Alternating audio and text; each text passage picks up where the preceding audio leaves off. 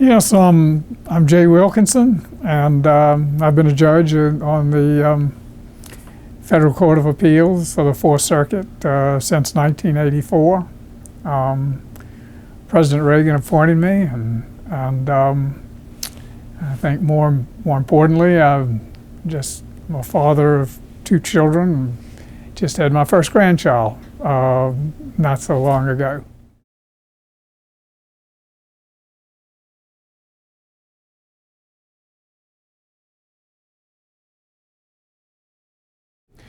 Well, I think when judges sit on the bench, this applies at all levels, we don't really think about ourselves as conservative or liberal. Those are labels that people apply to us, and I understand why they do, because you have to use shorthand.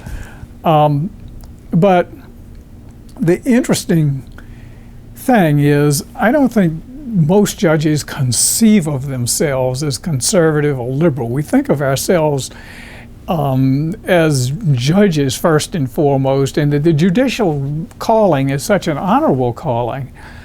And when we get on the bench, you're just so focused on that one case. You don't think, is this a conservative result, or is this a liberal result, or which way is the law as a whole moving?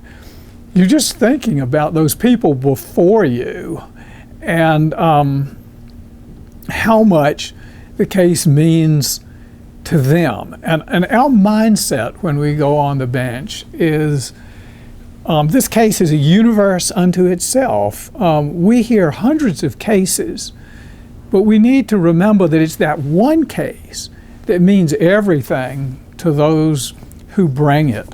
And that really is the mindset of the judge. You want to do the best you can in terms of the litigants before you. It's like when you go to a doctor's office, you don't want the doctor thinking of the patient before you or the patient after you. You want him thinking about you. And you don't want him to think necessarily about larger trends in medicine. You want him to think about, okay, what's your case?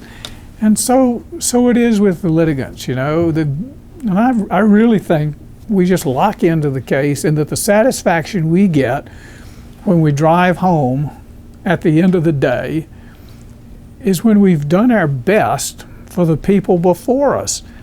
And that's such a source of satisfaction in this calling. It's just one reason I think that when you're in public service, you have to really derive your satisfaction from helping other people. I think people in Congress and everything, I think they take genuine satisfaction in helping individual constituents with problems. The best of them do. And we take satisfaction in helping individual litigants. And that, all the salary in the world wouldn't give you the satisfaction that you feel at the end of the day if you've really wrestled with something and given it your earnest best. Not that you've reached a perfect answer or one that everybody would agree with, but just that you've given it your best. You can put your head on your pillow quite nicely that way.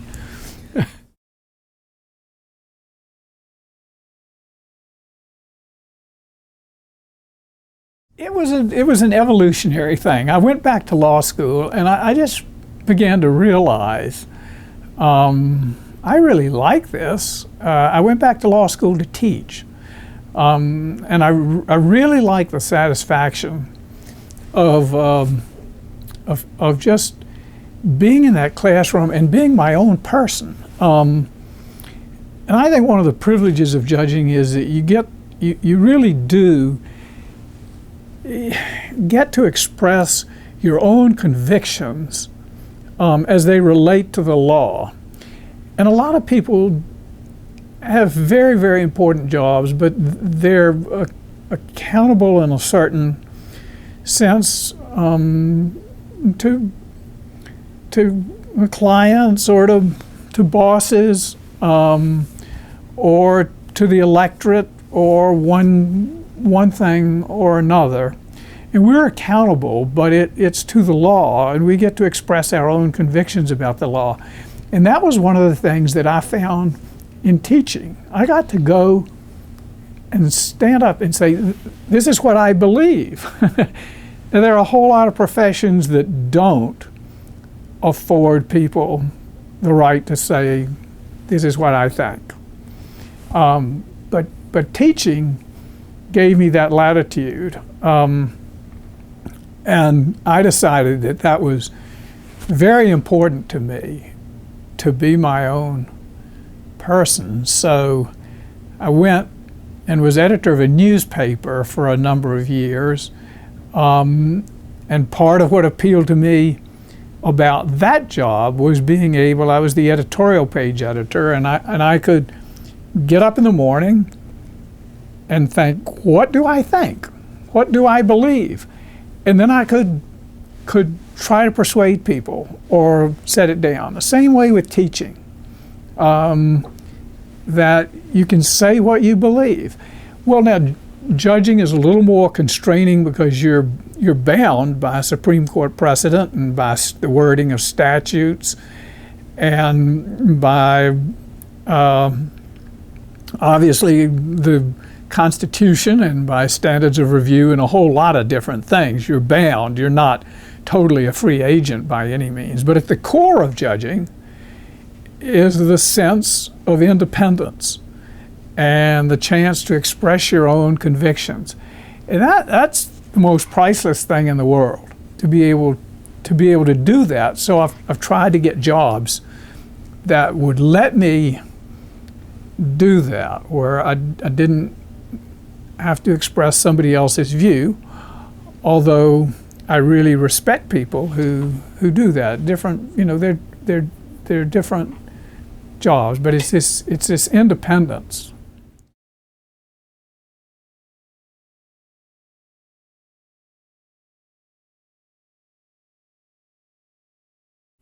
I think the big break I got was the chance to go and work in the Civil Rights Division in the Department of Justice, and I was a Deputy Assistant Attorney General, and I went at the time to the Department of Justice because the reasons we all do is a great chance for public service to serve, and I felt like, as I had spent a lot of time in Republican politics before going on the bench, I said, probably the greatest experience for a Democrat would be to work in the first 100 days of the New Deal. And I said, I am thinking that the greatest experience for someone with a Republican background is to work for Ronald Reagan's administration. So I went up there, and I really admired President Reagan a great deal, and I believed in what in what he was trying to accomplish. And you can have, you can serve in an administration and have all those things, but it's just a matter of luck, in large sense, as to what opens up for you. There has to be a retirement on the bench, and there are inevitably a lot of other candidates who are probably equally as able as you are, but you happen to know the United States Senator maybe a little bit better than they do. But then, it's so much luck and happenstance. Which party is in power, and is there going to be an opening, and who are the senators, and who are the congressmen, and who do you know in the White House, and all that kind of thing. And so sometimes we get the idea that we're on the bench because we were somehow ordained to be on the bench, but nothing could be further from the truth. There's just a large element of good fortune, just plain old luck, that contributes to us being here.